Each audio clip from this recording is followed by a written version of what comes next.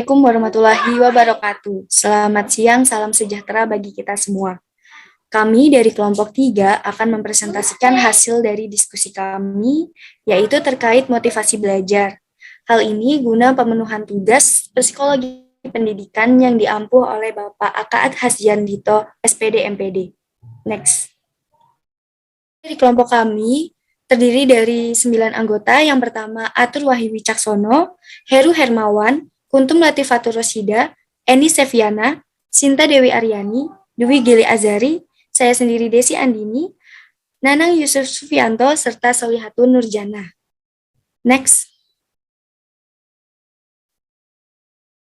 Kelompok kami membahas materi motivasi belajar yang terdiri dari 5 pokok bahasan.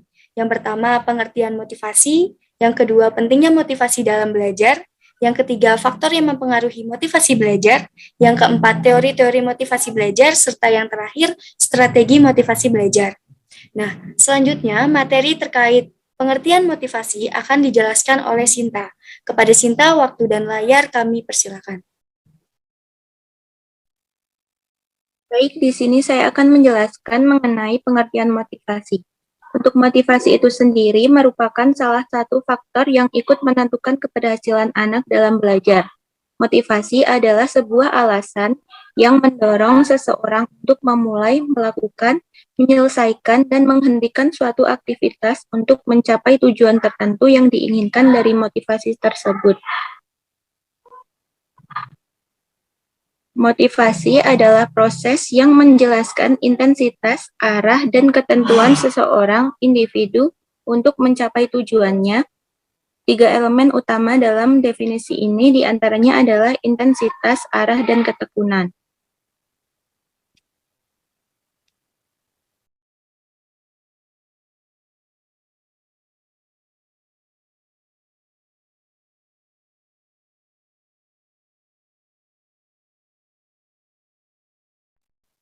Oke, materi selanjutnya akan dijelaskan oleh Heru.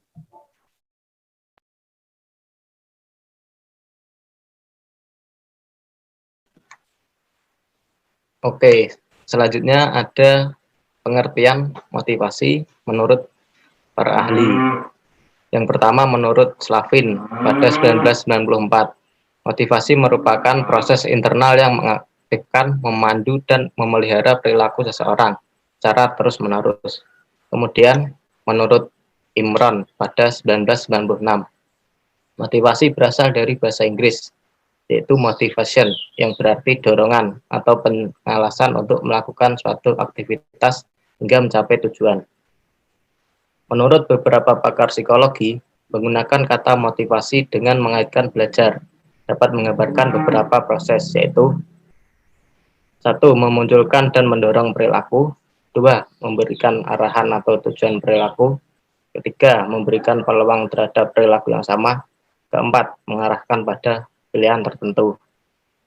Sebagai contoh, misalnya dalam kegiatan belajar, motivasi merupakan daya penggerak yang menjamin terjadinya kelangsungan kegiatan belajar dan memberikan arah pada kegiatan belajar, sehingga tujuan yang diinginkan dapat terpenuhi. Oleh karena itu, motivasi sangat berpengaruh terhadap hasil belajar.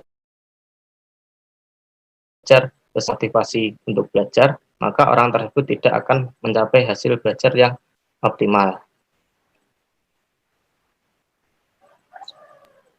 Oke, materi selanjutnya akan disampaikan oleh Nanang. Baik, selanjutnya pentingnya motivasi dalam belajar. Motivasi sangat penting dalam kegiatan belajar karena motivasi mempengaruhi seberapa banyak siswa mempelajari suatu kegiatan pembelajaran atau seberapa banyak penerapan siswa dalam menangkap informasi yang diberikan. Dengan adanya motivasi, siswa dapat menggunakan kognitif mereka dalam mempelajari sebuah materi. Siswa yang mendapat motivasi dengan baik akan lebih banyak menghasilkan keberhasilan dalam belajar. Dengan adanya motivasi belajar, siswa akan lebih ingin berjuang untuk mencapai apa yang menjadi tujuan mereka dalam belajar. Memberi motivasi juga harus memberikan motivasi yang sesuai dengan kondisi siswanya, dengan apa yang dibutuhkan siswa dan apa yang belum diperoleh siswa selama dalam pembelajaran.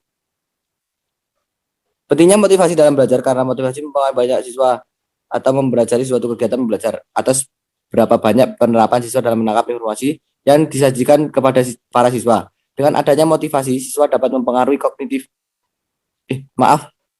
Motivasi merupakan syarat mutlak dalam belajar. Seorang siswa yang mempelajari tanpa motivasi tidak akan maksimal dalam hasil, seakan mereka tidak memiliki tujuan pasti. Apa yang akan mereka capai? Dengan kata lain, mereka hanya mengikuti sebuah alur tanpa tahu kemana arah tujuan mereka belajar. Dengan motivasi belajar, mereka lebih ingin berjuang dan lebih ingin belajar untuk mencapai apa yang menjadi tujuan mereka. Oleh karena itu, motivasi belajar mempunyai kontribusi yang sangat besar terhadap prestasi belajar. Maka sangat penting bagi guru untuk bisa membangkitkan motivasi belajar peserta didik di sekolah. Sebab motivasi memegang peran yang sangat penting dalam proses belajar mengajar. Apabila guru dapat memberikan motivasi yang baik hingga yang terbaik kepada para siswa, maka dalam diri siswa akan timbul dorongan dan hasrat untuk belajar lebih baik. Terima kasih. Baik, materi selanjutnya terkait faktor yang mempengaruhi motivasi belajar akan disampaikan oleh Eni. Ya, terima kasih atas waktunya. Di sini saya akan melanjutkan.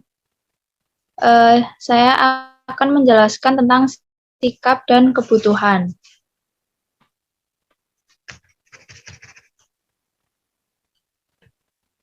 Sikap merupakan kecenderungan respon seseorang terhadap objek yang bersifat positif maupun negatif. Sikap memiliki pengaruh besar terhadap perilaku karena sikap dapat membantu mereka merasakan bagaimana pedoman dunia yang sesungguhnya. Sikap juga dapat membuat kita akrab, merasa nyaman, dan merasa nyaman, aman dengan lingkungan sekitar. Sikap diperoleh dari proses pengalaman dan pembelajaran. Sikap merupakan sikap yang dinamik, sehingga media dan kehidupan seseorang secara konstan akan selalu mempengaruhinya. Dalam pembelajaran, seorang pendidik harus meyakini bahwa sikapnya akan memiliki pengaruh aktif terhadap motivasi belajar anak. Kemudian ada kebutuhan. Kebutuhan merupakan kondisi yang dialami oleh individu sebagai kekuatan internal yang memandu peserta didik untuk mencapai tujuan. Kebutuhan juga merupakan segala sesuatu yang dibutuhkan manusia untuk mempertahankan kelangsungan hidupnya secara alamiah melalui pencapaian kesejahteraan kebutuhan. Kebutuhan dapat dibedakan berdasarkan tingkat kepentingannya, waktu, sifat, dan subjeknya. Pemenuhan kebutuhan dapat berupa barang, jasa, sesuatu yang berwujud maupun sesuatu yang tidak berwujud. Setiap manusia memiliki kebutuhan yang berbeda-beda dan dipengaruhi oleh keadaan alam, agama, adat, dan peradaban. Sifat dari kebutuhan adalah tidak terbatas, meningkat, selalu berubah. Kebutuhan menurut tingkat kepentingannya dapat dibedakan menjadi kebutuhan primer, sekunder, dan tersier. Kebutuhan primer adalah kebutuhan yang langsung berpengaruh terhadap kelangsungan hidup manusia, sehingga sangat penting dan wajib untuk terpenuhi. Kebutuhan sekunder adalah kebutuhan yang tidak mengganggu kelangsungan hidup, tetapi sangat penting. Sedangkan kebutuhan tersier merupakan kebutuhan akan barang mewah yang ditujukan untuk menunjukkan status sosial seseorang dalam suatu masyarakat. Terima kasih, saya kembalikan ke moderator.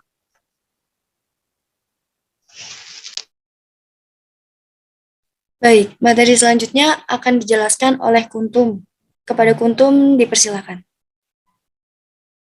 Baik, rangsangan merupakan perubahan di dalam persepsi atau pengalaman dengan lingkungan yang membuat seseorang bersifat aktif. Rangsangan dapat meningkatkan aktivitas otak sehingga meningkatkan motivasi belajar pada peserta didik dan menambah keinginan untuk belajar. Akan tetapi jika pembelajaran tidak merangsang mengakibatkan peserta didik menjadi bosan. 4. Afeksi. Konsep afeksi berkaitan dengan pengalaman emosional, kecemasan, kepedulian, dan pemilikan diri individu pada waktu belajar. Peserta didik akan merasa sesuatu saat belajar dan emosi positif dari peserta didik tersebut yang memotivasi perilaku dalam mencapai tujuan pembelajaran. Apabila emosi bersifat positif saat pembelajaran berlangsung akan mendorong peserta didik untuk bekerja keras, begitu pula sebaliknya.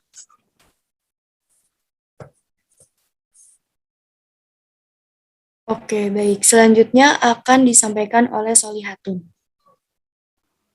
Baik, terima kasih. Selanjutnya saya akan menjelaskan mengenai kompetensi.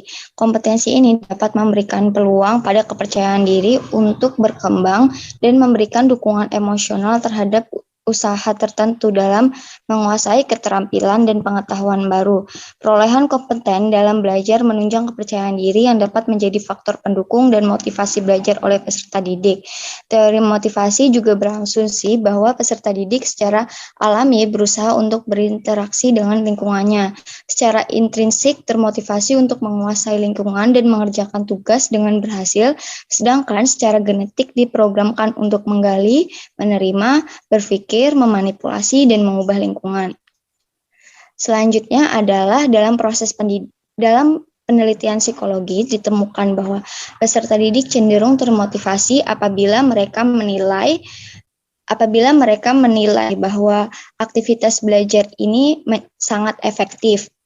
Dan apabila peserta didik mengetahui bahwa dia mampu terhadap apa yang dia pelajari, dia akan merasa percaya diri. Selanjutnya adalah penguatan. Penguatan merupakan peristiwa yang mempertahankan atau meningkatkan kemungkinan respon. Penguatan positif akan membuat peserta didik dengan semangat apabila mendapat penguatan dari pendidik. Hal ini akan memotivasi peserta didik dalam kegiatan pembelajaran. Penguatan adalah salah satu hukum psikolog paling fundamental.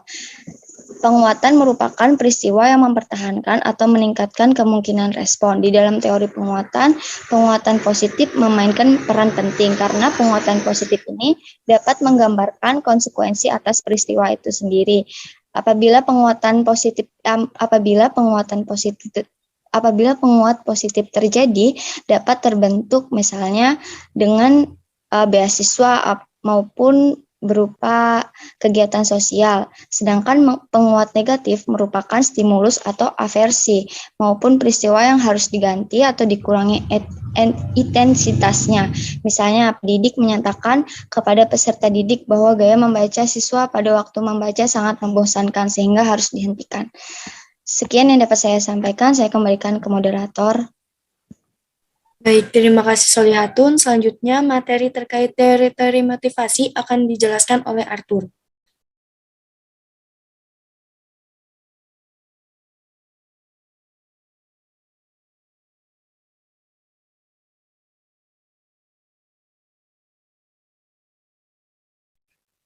Maaf, Arthur, mic-nya belum dinyalakan.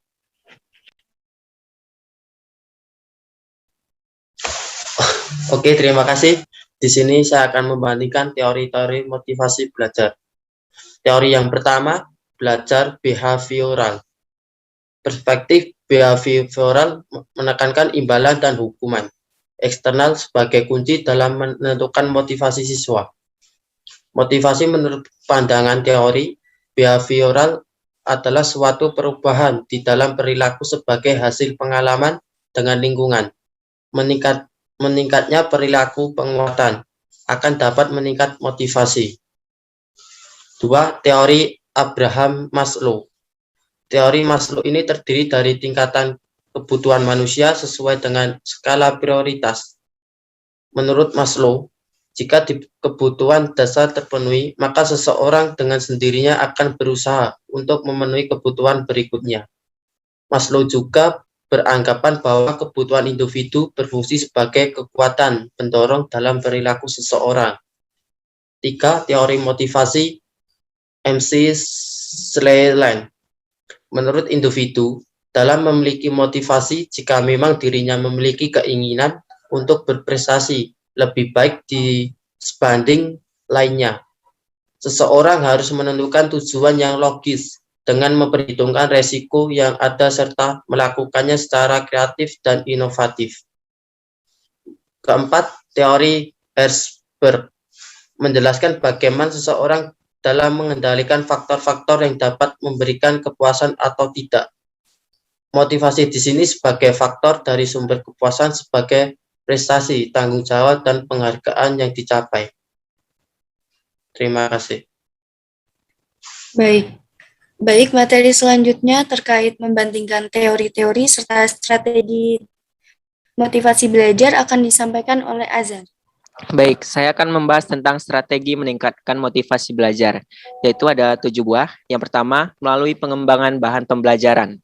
Upaya dan usaha untuk meningkatkan motivasi belajar siswa melalui pengembangan bahan belajar sudah dilakukan dengan mengacu kepada teknik-teknik, konsep-konsep, atau teori-teori pengembangan dan penulisan modul.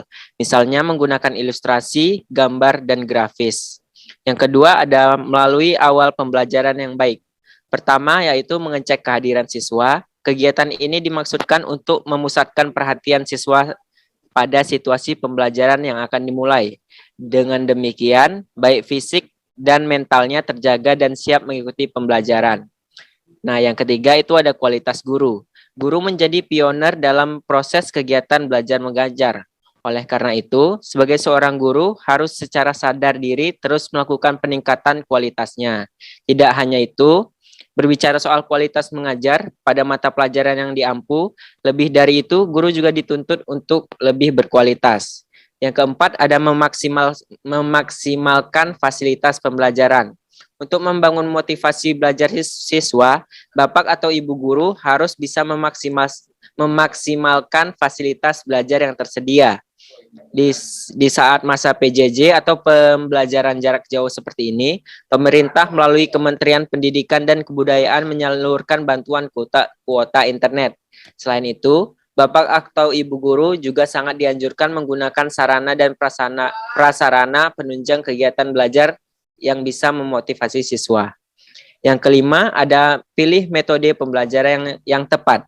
Sebagai seorang guru, memang harus pandai dalam memilih metode belajar yang tepat. Pemilihan metode belajar ini bisa menjadi tolak ukur apakah siswa merasa jenuh dalam kegiatan belajarnya atau bahkan merasa antusias dengan metode yang Bapak atau Ibu guru terapkan. Nah, yang selanjutnya ada memanfaatkan media belajar. Media belajar yang menarik dan kreatif bisa menjadi daya tarik siswa untuk belajar. Dengan media yang demikian itu, fokus siswa dalam belajar bisa ditingkatkan. Adapun media belajar yang bisa menjadi alternatif untuk menunjang kegiatan belajar siswa bisa berupa video belajar berimajinasi. Jika Anda menggunakan platform LMS untuk menunjang kegiatan belajar mengajar, pastikan platform tersebut menyediakan layanan video belajar dengan animasi untuk membentuk penjelasan yang disampaikan. Yang terakhir ada lakukan evaluasi pembelajaran. Evaluasi pada setiap kegiatan pembelajaran mutlak sangat perlu untuk dilakukan. Hal ini bertujuan melihat aktivitas kegiatan belajar tersebut sudah efektif atau belum. Evaluasi ini bisa dilakukan dengan menganalisis nilai yang diperoleh siswa dari soal atau tugas yang telah diberikan tersebut.